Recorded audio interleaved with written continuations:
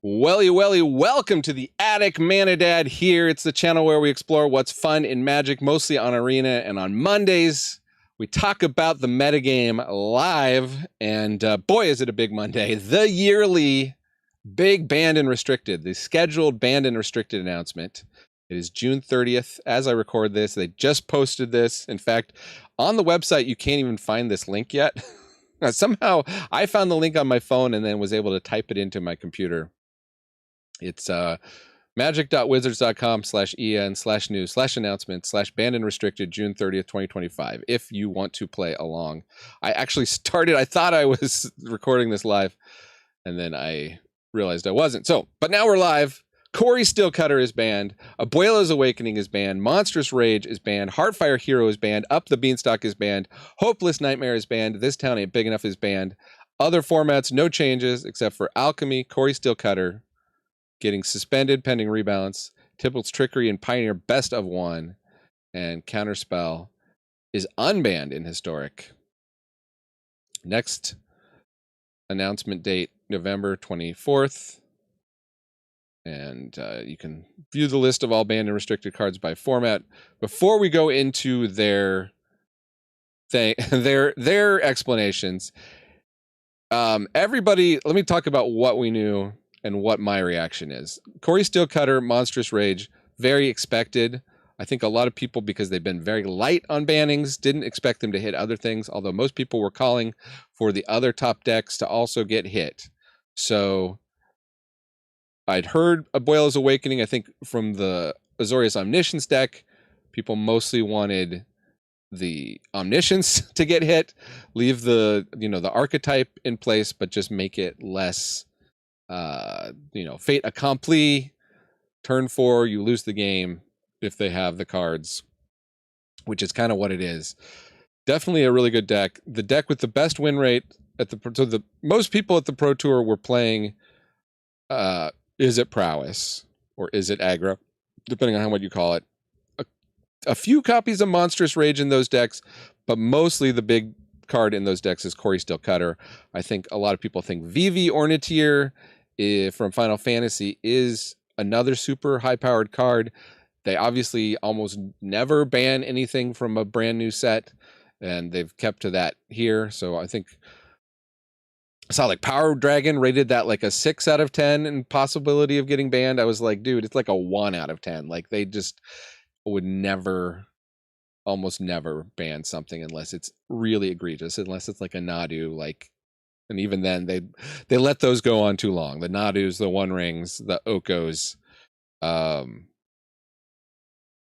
so like Cutter, people were saying that probably should have been banned the last go around, but they waited until this one. So people got to play with it at the Pro Tour. Okay, so that's Corey Steele, Abuelo's Monstrous Rage. Heartfire Hero, I think a lot of people were saying it should have been Manifold Mouse. Should have been the other one to get hit from the Mono Red decks and the Boros Mice decks. So interestingly, they go with Heartfire Hero. I don't think there's necessarily a good 1-drop that substitutes in. People are already playing that 1/2 Lizard. So yeah, I think they're really, this to me says they're between Monstrous Rage and Heartfire Hero, they're really knocking back Mono Red. They don't want that to be the #1 deck. We'll see. I mean, there's decent, not as good, but decent replacements for Monstrous Rage.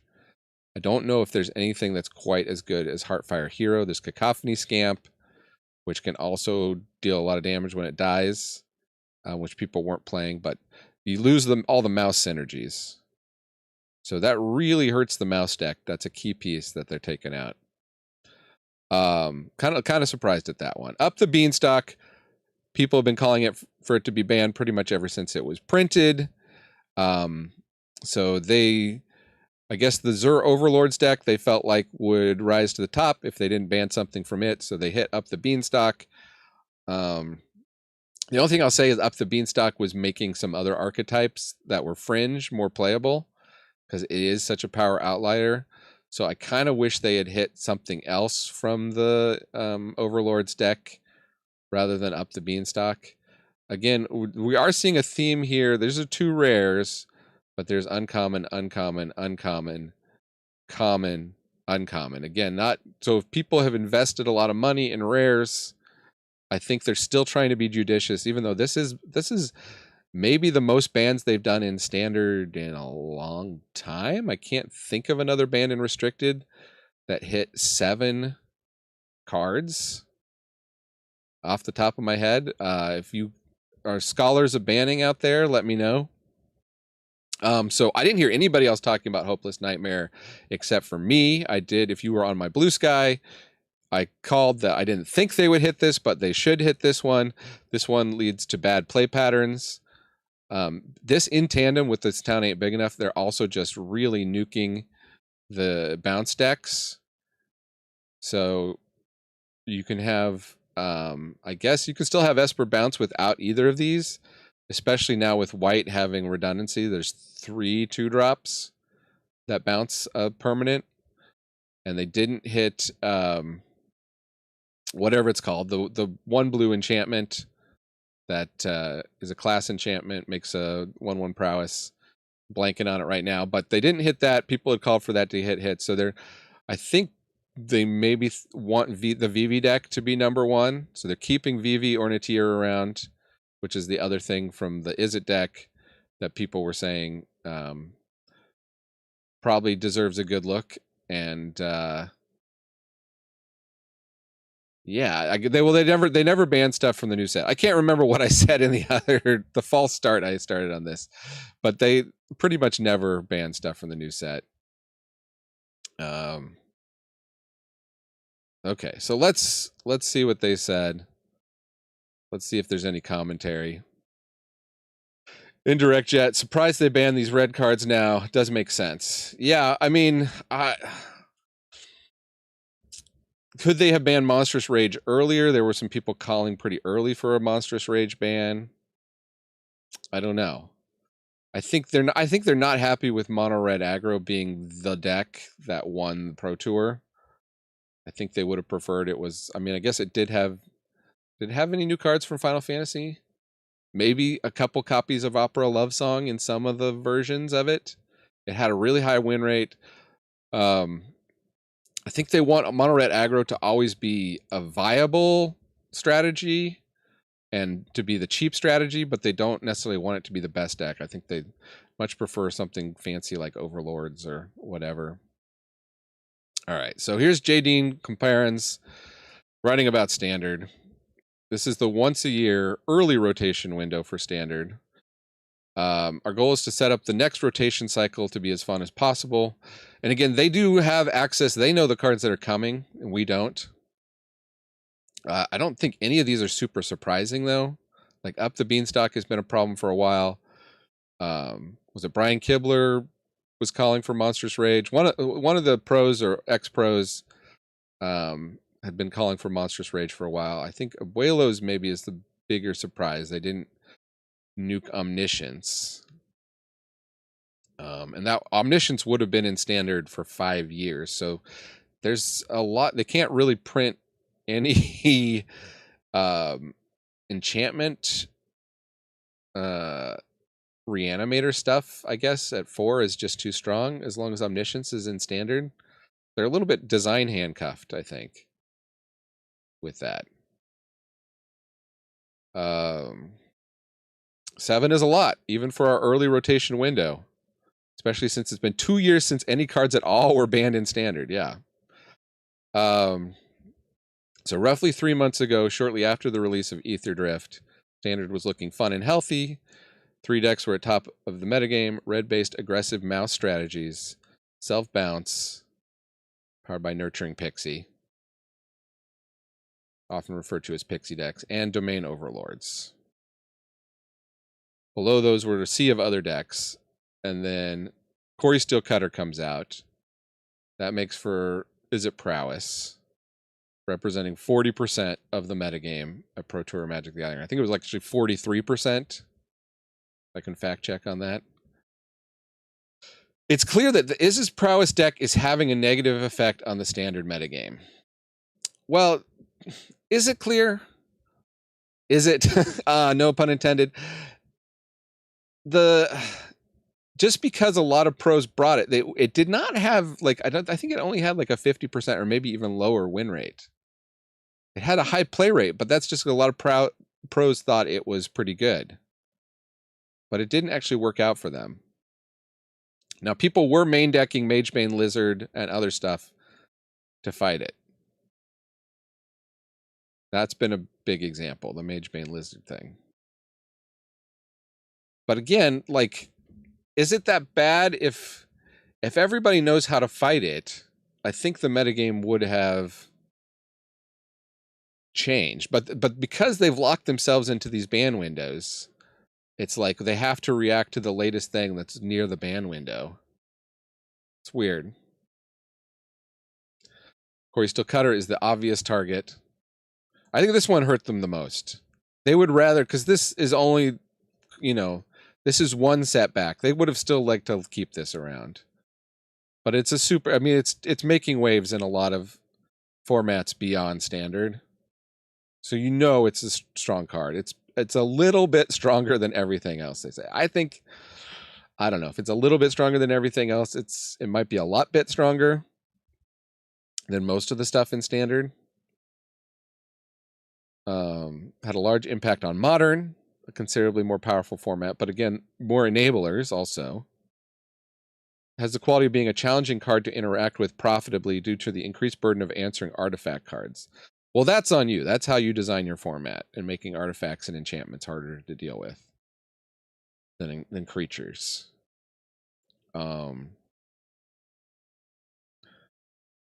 Leaves behind meaningful board presence even when quickly destroyed. That's the main thing. This combination of sheer strength and resilience has let Corey Still Cutter run rampant on standard. At this point, it's clear the tools to challenge Corey Still Cutter's dominance don't exist in the environment. For these reasons, and in the interest of metagame diversity, Corey Still Cutter is banned. That's the thing, though. Mono Red did slip. Mono Red, the deck that won the Pro Tour, the decks, 4 of the top 8 that were in the top 8, they were not running Corey Still Cutter. All right. Then they're talking about Azorius Omniscience. It was the second most popular deck in the Pro Tour. It would have been my pick to what was going to win based on, the metadata that we're seeing on Arena. This is my untapped.gg metadata. On Mondays, we normally go through all the metadata on Arena and on MTGO and in paper tournaments just to see what's winning. Again, mono red aggro, highest win rate and most popular. Izzet Prowess also very popular. So they're hitting, look, this is the one they're leaving alone, mono black mid-range. They did not ban anything from the Demons decks. I'm really shocked. This is my pick, right? Just gut instinct right now. Mono black, either mid-range, Demons, discard, whatever you want to call it. Probably not discard because they're hitting Hopeless Nightmare. But the mono black mid-range, I think, is going to, or the Demons decks, could be Rakdos Demons. I think are going to, we'll see. I mean, the aggro decks might still hang on. Interestingly, mono white life gain is got a pretty good win rate today. We'll cover that later. Continuing on with this. The Omniscience deck has existed as part of the metagame for a while, climbed in popularity to be a major player after gaining Roiling Dragonstorm and Meringue River Regent. Boiler's Awakening always had the potential to create a deck like this, as 4 mana is cheaper than we normally allow non-creature reanimation effects to be. We hope turning what brings back into a creature would allow ample counterplay. This has not proven the case for Omniscience. No. Well, I think this is why they should have banned Omniscience here. If you want a combo deck in your format, this is not a bad combo deck. There's a turn 4 almost guaranteed win. They could either remove Omniscience and make it not quite make it less guaranteed by bringing back something that isn't like definite win the game that turn.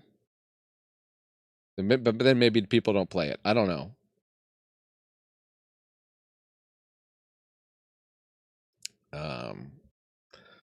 This version has proved too powerful and consistent. Well, okay, what's the other version they're going to do? I don't think anybody at the top level is going to switch to an Omniscience Reanimator until there's at least something that's 4.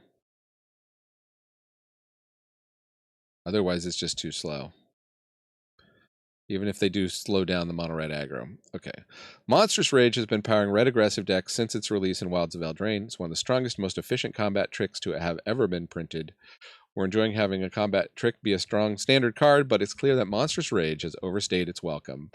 It has enabled combo-style aggro decks more than we would like. So that's the like fling decks, which were not popular at the Pro Tour, surprisingly, and has played a large role in lowering the fundamental turn in Standard. The fundamental turn, I guess, would be the turn when most games are decided, which is now like turn 3 or 4 in Standard. I mean, it seems like they've been designing Standard to be faster. Putting players under too much pressure too quickly. I mean, everything is a removal check. I don't think Monstrous Rage in particular. In addition, the fact that it grants trample has decreased the utility of blocking in the format. Yes, this is what everybody's saying. Blocking is illegal in Standard.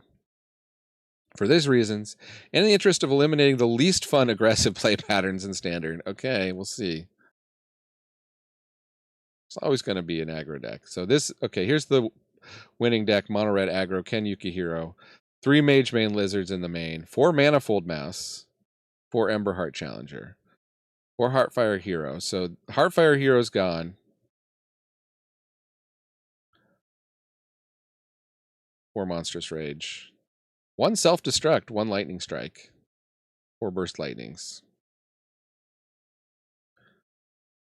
Went with Torch the Tower in the sideboard. Burst Lightnings in the main. 1 Tursa. This was an interesting thing. I've been testing this out on Arena Best of 1. There's too many targets with flying. 5 damage to target creature without flying. I really don't understand this, other than, I guess because he's got Soulstone Sanctuary, it's better than running Slick Shot or whatever, the 5 damage for red sorcery. Do the Soulstone Sanctuaries. So yeah, I don't know what this, I mean, Monstrous Rage you can put in Turn Inside Out or some other combat trick. What do you replace Heartfire Hero with? That's the thing. Cacophony Scamp? Is this deck possibly almost as strong if you just do those 2 swaps? We might have to make a video and test that out. Heartfire Hero has been another key piece of red aggressive decks throughout the last year of Standard. The curve of Heartfire Hero into Manifold Mouse puts the opponent under pressure immediately, forces decks to have ample interaction for the early turns. Maybe they felt like losing Manifold Mouse would just destroy the deck completely. You do want a mouse. Are there any other 1-drop mice? Heartfire Hero's dice triggers gives the red deck significant resiliency to many kinds of removals. Its strength has shifted the format towards decks that can interact, that can leverage temporary lockdown. Yeah, temporary lockdown's been pretty good in this format. Great for Corey Steelcutter. That's one of the things that, you know, really deals with the Corey Steels. We want red aggressive strategies to be a viable option in Standard, but Heartfire Hero has proven to have too much explosive power combined with too much resiliency. As such, Heartfire Hero is banned. Interesting. If you discuss banning only Heartfire Hero or Monstrous Rage, ultimately decided banning both was the correct course. The 2 cards are both independently strong, and leaving either alone would make it likely that aggressive decks in the format would still be combo-style aggro decks with consistent explosive starts and lots of burst damage potential. So they really are, people do not like losing to combo. They're really designing for fun. They don't like the losing to discard decks, and they don't like losing to combo. And I think if there's something about the way Wizard is thinking here that they're revealing in this ban, maybe not saying as explicitly, is that they are going to ban decks that aren't as fun. Although, you know, just losing to a curve out in mono red aggro is not that fun either. But there are lots of people who like to play mono red. So there you go. I mean, I'm sure CGB would rather they bias the format towards control decks. You know, I enjoy a lot of different play styles. I would say actually the discard decks, well, you know, sometimes I'm in an evil mood. Sometimes I put on my my bolus hat. And okay, maybe I'll admit that I enjoy lots of play styles. Even, you know, the play style that hasn't shown up is the mono green Stompy. They need to somehow figure out a way to make room for a mono green Stompy deck in the format so the mono green Stompy players have something. Here's Domain Overlords. Up the Beanstalk is no stranger to the ban list. Banned in Modern since 2023. Best in class source of card advantage for slower decks. You can't interact with it profitably because it replaces itself basically. So controller will almost be up a card on the exchange.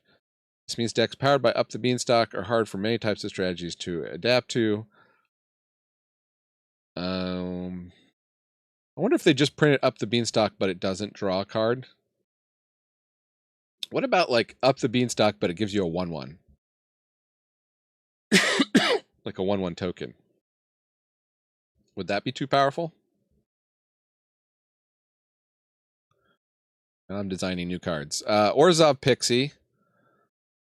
So they using an example from Michael Zhao. I presume this is from the recent Pro Tour. So this has Dark Confidant and Sun Pearl Kirin that doesn't even use any more bouncers other than Nurturing Pixie, Sun Pearl, 1 Biza, 3 Preacher of the Schisms. I really think this is another one they should have taken a look at. Let's see what they have to say. The self-bounce decks have shifted a lot as the format has progressed, with just a small, powerful core constant between iterations. Hopeless Nightmare is a key piece of that core, serving the role of a 1-mana trinket that is powerful to cast many times in a game. The pattern of constant discard it forces on the opponent is among the least fun elements, I wouldn't say of the deck, I would say of the format. Shrinks the game in a way that makes it hard to come back from once the self-bounce deck gets going. Provides interaction and damage. I mean, they can just replace it with Tiny Bones Joins Up, right?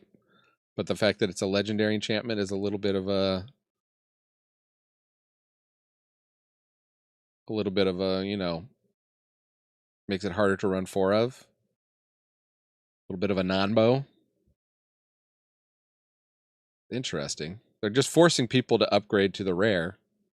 Another, if you want to look at it cynically, this town ain't big enough, has seen play in many different standard decks, almost always sees played alongside Storm Chaser's talent. Yep. That was the name I was trying to think of. This is one people have said maybe should be banned. Another power outlier. Most recently, this package played a role in the Izzet Prowess deck. Before that, it was a key player in versions of the Self-Bounce synergy. This town makes the format less fun. Again, there's the focus on fun. All of you prognosticators, start taking fun more into account.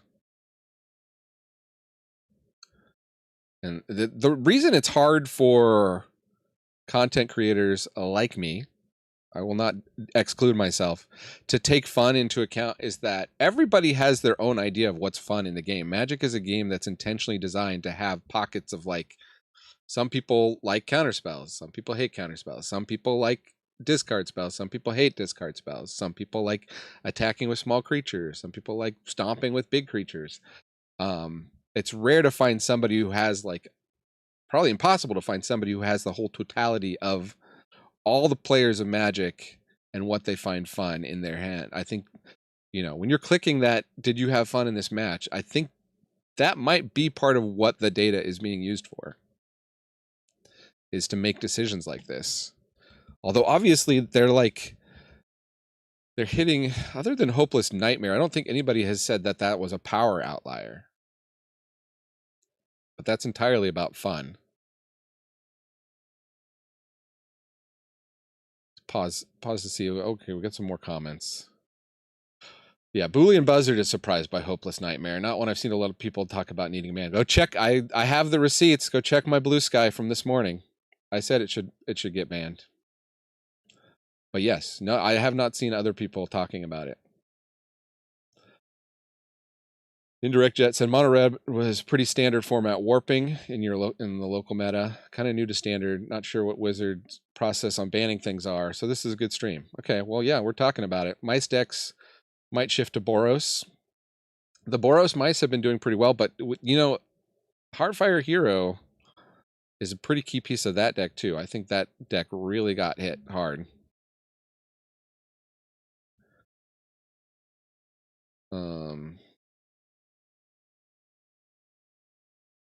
You could also talk about they banned 7 cards. There's 5 different colors in Magic. Maybe 6 if you want to count colorless. They got a white card. They got 3 red cards, a green card, a black card, and a blue card.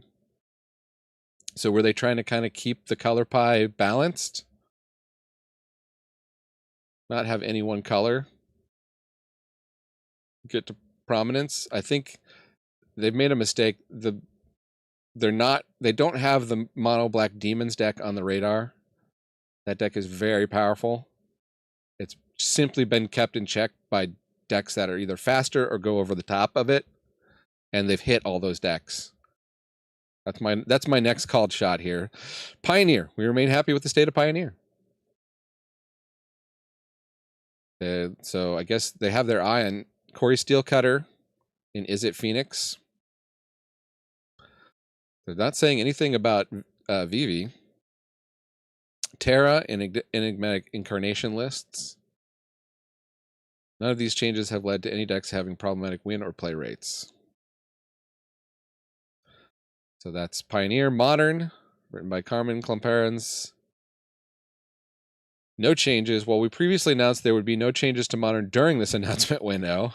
We did want to check in on how we're viewing the current state of the format. The last 6 months of Modern has seen a massive shakeup, several cards moving on and off the ban list in December, followed by the banning of Underworld Breach just a few months ago.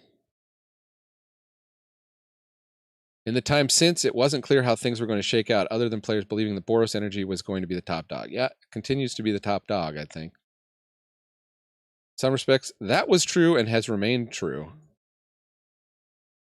Players that assembled the deck to play in the current season have had pretty good time with it. Yeah. Most played. I mean, I watched the Doomwake. You guys, if you like metagame discussions, check out Doomwake. Does a weekly metagame, especially focusing on Modern and MTG Online. He has felt like Modern is in good shape recently. To me, I just look miserable to be playing a lot of Boros, and I hate the idea of a deck that's like almost entirely Modern Horizons. But it is what it is. Guide of Souls. So I guess look out for Ketramos, Guide of Souls. They're kind of putting some of these things on notice. Psychic Frog.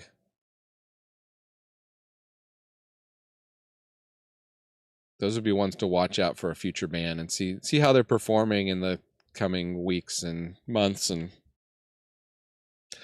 Rule Brood Scale is a newer deck championed by Hunter Ovington. Hoisted the trophy on Sunday, won the opportunity to collaborate with the Secret Lair team on an upcoming drop. Okay, now they're just blogging their secret layers. Most popular deck archetype occupying less than 20% of the total metagame. It's weird because overnight something can go from like 20%, which I think Izzet Prowess probably went from like almost 0% overnight. And if you look at the metagame, like this looks pretty healthy, right? Mono Red at 12.5%. Izzet Prowess at 12.5%. Mid-range, Omniscience, discard. Like if you look at the metagame, and we should probably compare it more apples to apples with best of 3. But still, look, Boros Auras, Izzet Prowess, Dimir Midrange, Abzan Yuna. So Omniscience, Domain. I guess we should look at the win rate. Aura's getting hit pretty bad, losing that mouse. Golgari Self-Mill probably has Beanstalk, if I was to look at lists. Mono Black Demon's not getting hit at all. Omniscience hit. Dimir mid-range. Does this have this town, I think?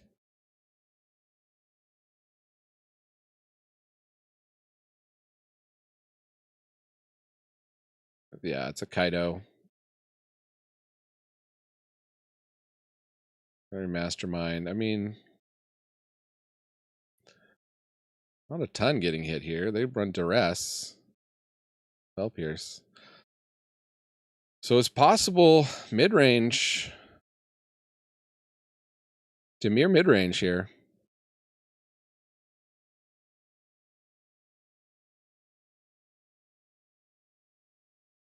Yeah, because they're not even running this town. All right. Well, maybe possibly withdrawing my prediction of demons. Maybe it's Dimir mid-range is the one to watch out for. Aggro hit. Azorius control not hit. Izzet Prowess. I don't think they ever want control to be the top of the metagame. They like control to be at the fringes of competitive. Because again, if you're prioritizing fun, the number one thing that people dislike is counterspells. The other thing is, though, a lot of people really like counterspells.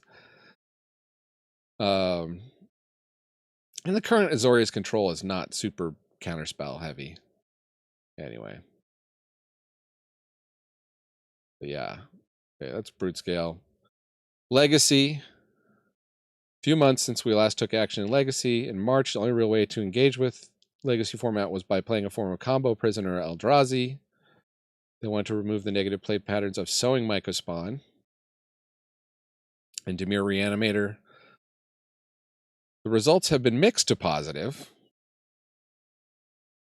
So we read between the lines saying the results have probably been mixed to negative. If they're calling it mixed to positive, I don't know. With Mystic Forge, artifact combo taking place as the most popular colorless deck. Dimir Reanimator has remained most played deck in the format, albeit a lower win rate, smaller share of the metagame. In a lot of ways, this is the process working as intended. I mean, I don't follow Legacy. I don't necessarily think we should need to be cynical about it. Maybe it is mixed to positive. I don't know what the mixedness is. Just that there's combo. They knock down combo and combo rose. It's Legacy. It's the most powerful cards in Magic. Here's an Oops All Spells deck. Unless the chat is really into Legacy and Vintage. Let's just see. Anybody in the chat calling for a lot? Yeah, they should have hit Annex. I'm with you, Dream Chime. Yes. I think they will come to regret not hitting Annex. Andrew says, I like larger bannings like this. It shakes up the metagame that has become stale. I think that is true. This is a brand new standard. It's a 3-year rotation instead of a 2-year rotation. They've got Foundations in there, which is on a 5-year rotation.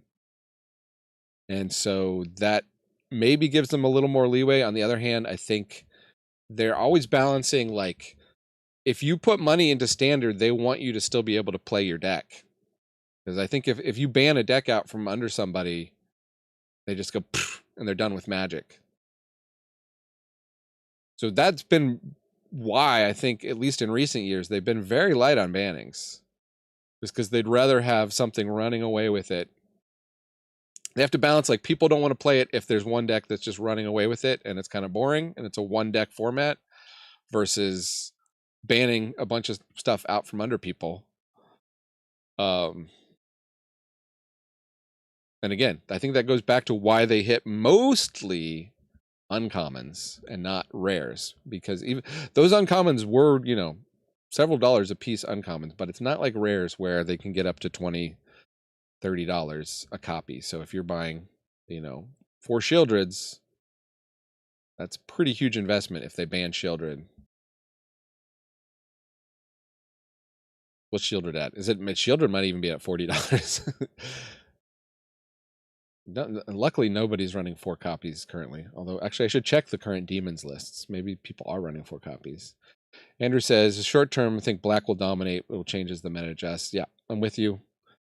I don't know if you saw earlier, I called it that mono black demons was probably going to be the top deck. Although looking now at Dimir mid range, I think that actually may be better. But regardless, it's going to be one of the decks they didn't hit. I think they've just knocked all the top tier decks down. Some other decks will pop up. Some of them will still be in the mix, although albeit weakened. That's the other thing. Do you want to play a deck? You knew the deck was playing at 120%, and now would you play it at 95% power? You know, like we talk about Corey Steele or things. It was really powering stuff up.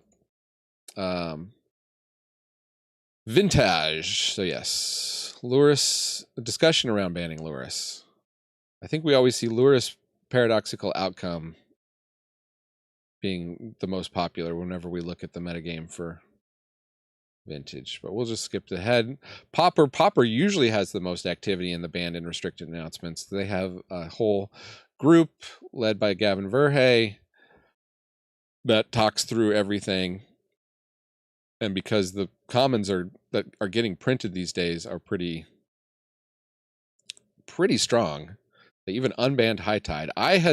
My called shot was that High Tide was going to get banned again. And they're saying I think they're saying basically it's on watch.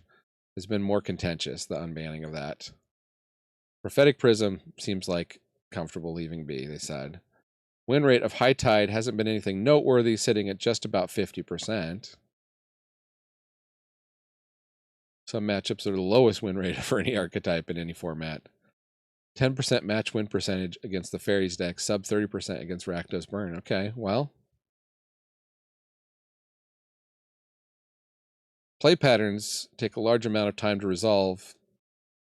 Yeah, because you play this, then it's like a non-determinate combo, right? And then you just like storm off and hope you hit your storm.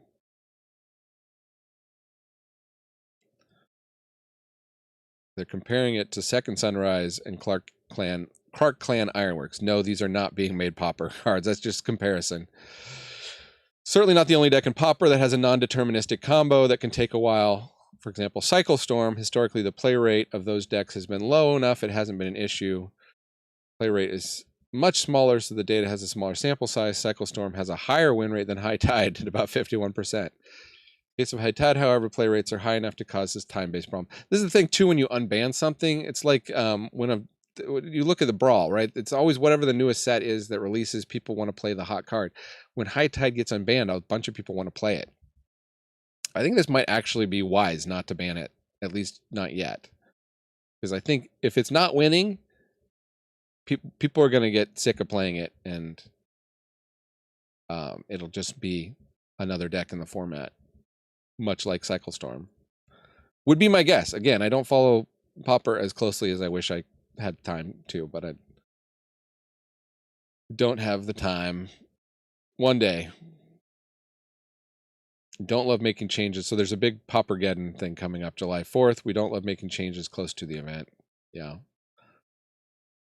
So I should have taken that into account with the predictions.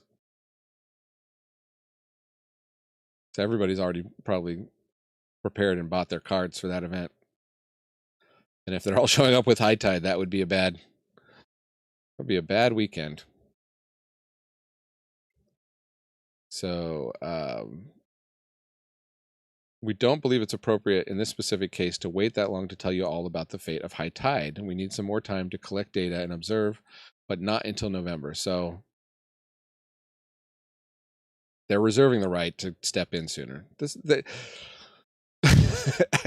Whenever, like, the Pauper format seems so well managed, I just always want to be like, hey, Gavin, can you manage everything? But he's just one person. Just very sensible. I'm sure other people disagree, but there it is. Alchemy, Corey Still Cutter suspended. This is Dave Finseth. Is Dave? There's one person now who's like specifically in charge of balancing Alchemy. Is that Dave? Maybe it shouldn't be the person who's in charge of maybe it should be an independent thing. Anyways, they seem reasonably happy. Noctamen shines again. It's just a busted card.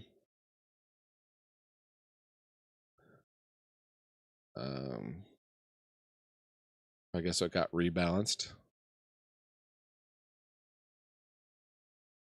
Chorus heist decks are not the dominating force they once were, but are still viable since the increased mana cost of Ribald Shanty. There you go. Alchemy heads and Pioneer best of one, Tippled Trickery. Kind of surprised it wasn't banned. It was banned in other places, right? Was it just an Explorer that it was banned in best of one?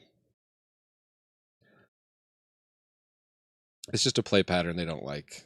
It's not, I think, excessively winning. It's banned in Historic, okay. And one of 3 cards restricted in Timeless. I wonder if they should just do a restriction. Because they don't want to do restrictions. It was banned in Explorer, but when we renamed the format to Pioneer, we matched the existing ban list. Right. Right, okay. Then the Tipple's Trickery people came out of the woodwork. It was one of the best ways to farm wins. If you just wanted to, like, farm wins in MTG Arena. Yep, since it's unbanning, it went right back to causing trouble. Win rate numbers aren't terrible. It's a card that results in one-sided games with little interaction between players. 2/3 of games with this deck end by turn 3. It's more mulligans. They're just banning it. But you can still play it in best of 3 if you want. Counterspell unbanned, man. Historic. Notable shift in power level since the release of Modern Horizons 3. You think? Powerful additions from bonus sheets. I guess Counterspell helps keep stuff in check.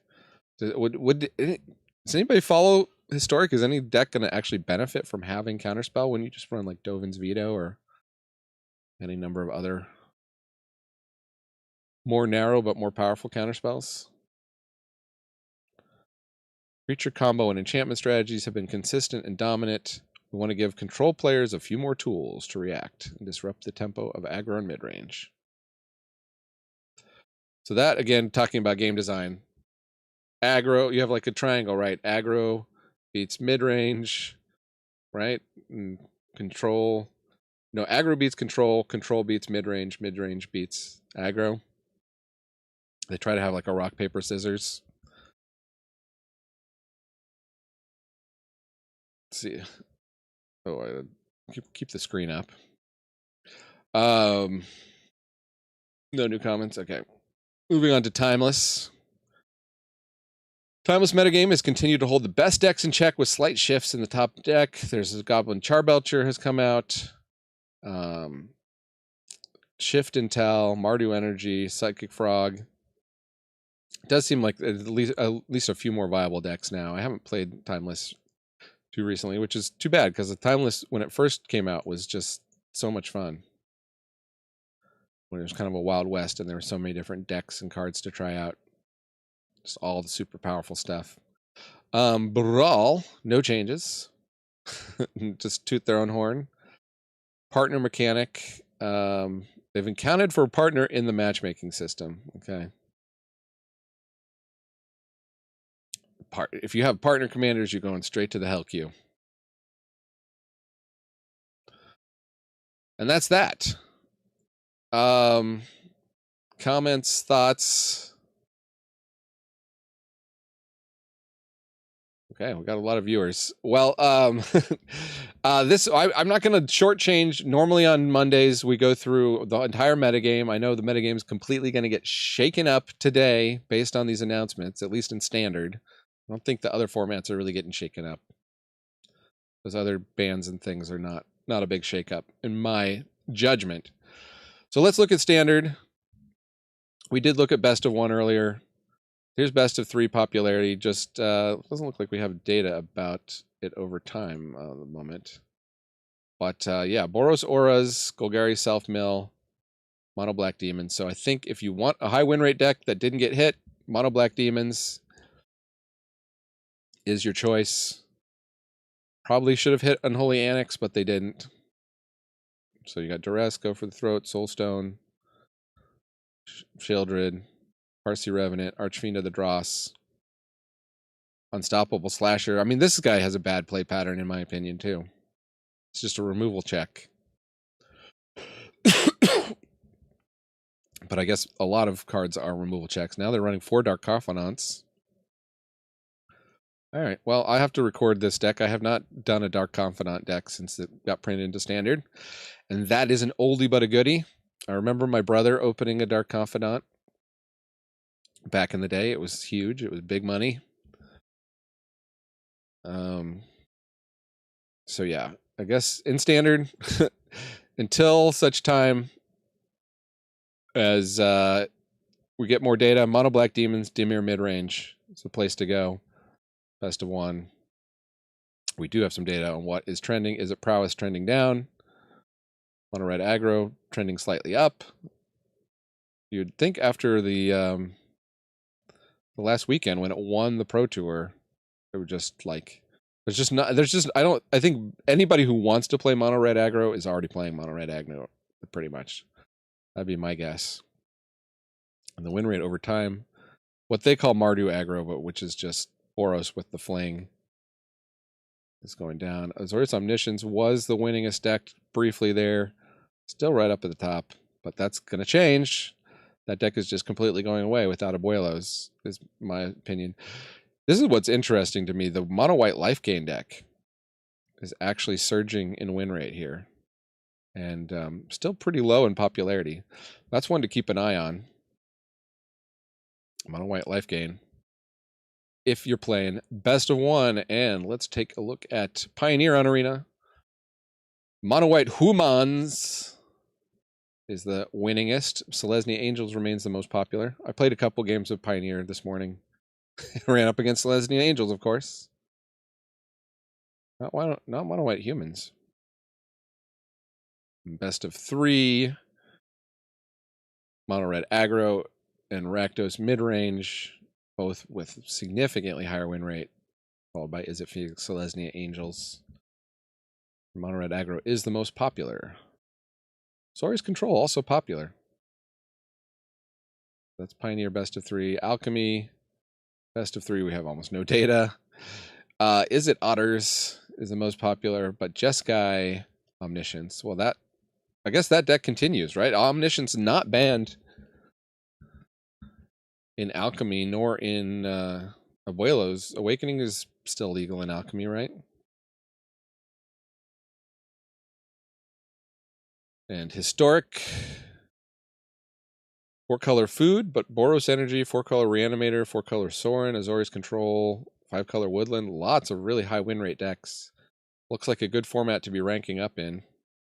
Boros Aura is having a big surge in popularity of late.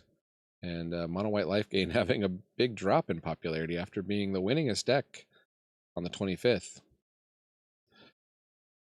So that's that. Timeless. Boros Energy, highest win rate. Mardu Energy, pretty close. Historic Brawl. Tifa Lockhart, highest win rate, followed by Eureka Shadow. And Vivi is the most popular. And I have a video. I have a VVO and a video of Vivi. Not done a Kefka. I've done a Sephiroth standard deck. I guess I need to do a Sephiroth Brawl deck. But yeah, other than Ugin Eye of Storms, I think this is all goes to what I'm talking about. Final Fantasy, new cards, new stuff, fun. That's what people are playing. Whether or not it's higher win rate, it's just what people are playing. And let's move over to MTG Goldfish for the sake of completeness. I'm not aware of any big paper tournaments that took place this last weekend. If you are, let me know in the comments. So they're showing Izzet Prowess at a 31% percentage of the metagame, Mono Red Aggro at 25% percentage, and Azorius Omniscience at 13. Again, I mean, if people are wrong about this being as powerful a deck as it is, which they might very well be, it's possible all the pros are just copying. You know, they just couldn't figure out that mono red could beat it consistently, or Azorius Omniscience could be. I mean, I think this was the second most registered deck. I think a lot of people thought Azorius Omniscience could beat these two decks, but that's not how the Pro Tour shook out. It was like, you know, ranked number 9. And the top 8 was all Izzet and mono red aggro. But there's a John Roots deck that had a 5-0. There's Azorius Control getting 5-0s. So we'll see. Maybe Azorius Control, that's another one that doesn't really get hit by these bans. So that's another one to watch out for. They did not hit Stock Up. That was the most played card. That's another one a lot of people had on their bingo card. Stock Up. And Modern, Boros Energy. Number 1 by far. That doesn't look healthy to me, but, you know, it's not what Wizards thinks. Pioneer Metagame, mono red aggro. They have number 1 by far. Historic. Yeah, we just don't need Historic or Timeless. Or Alchemy. Pauper. Mandus Burn. Jund Wildfire. Burn. Blue Terror. Mono Blue Fairies. Grixis Affinity. A lot of blue. Jund Wildfire. Holding it out there. There's high Tide combo down at 4.1% of the meta. So if that's the data they're looking at in the Pauper thing, I think High Tide will survive. Even if it's a bad play pattern, just people are going to stop playing it if they don't win with it. My prediction: Legacy, Dimir Reanimator by far, Vintage. Mono white initiative now over Lurrus PO. They called out Lurrus Paradoxical Outcome. Sphere Shops Dredge. I mean, this actually looks more balanced than some of the other formats that they're calling balanced to me. You know, that data. Oh, yeah. Well, Penny Dreadful, just in case anybody cares. And Dual Commander, in case anybody cares. Commander, Vivi. And Y'shtola, which should be coming to Arena. This Y'shtola is the Commander deck Y'shtola, which should be coming whenever they do an Alchemy update for Final Fantasy. Probably in a week or two. And their Brawl meta, they have Vivi and Balin the Haymaker. Where do they get their data? It's just people posting Brawl decks?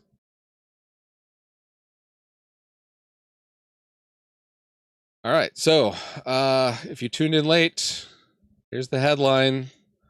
Banned and restricted, standard, nothing really else of note in the other formats. All about 7 bannings in standard, just the June massacre here. Corey Steele, Abuelos, Monstrous Rage, Heartfire Hero, Up the Beanstalk, Hopeless Nightmare, This Town Ain't Big Enough. That's all she wrote. Let's see. JP says, don't play a meta deck, rule aggro mice. And I have to cut 14 cards. Yeah. Sorry, JP. It is like they really...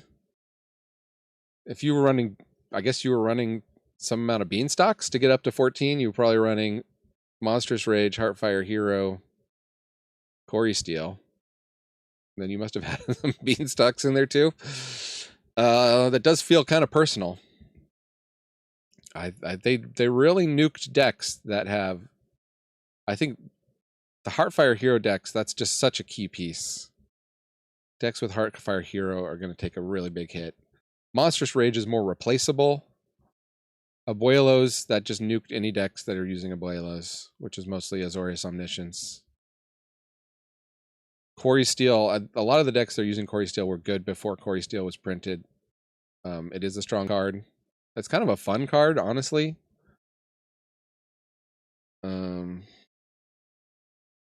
This is an unfun card, honestly. Check my receipts. Posted on Blue Sky this morning. I thought this one should be banned, and they did ban it. This town. Kind of surprising. I think they could have done Stock Up instead of this town.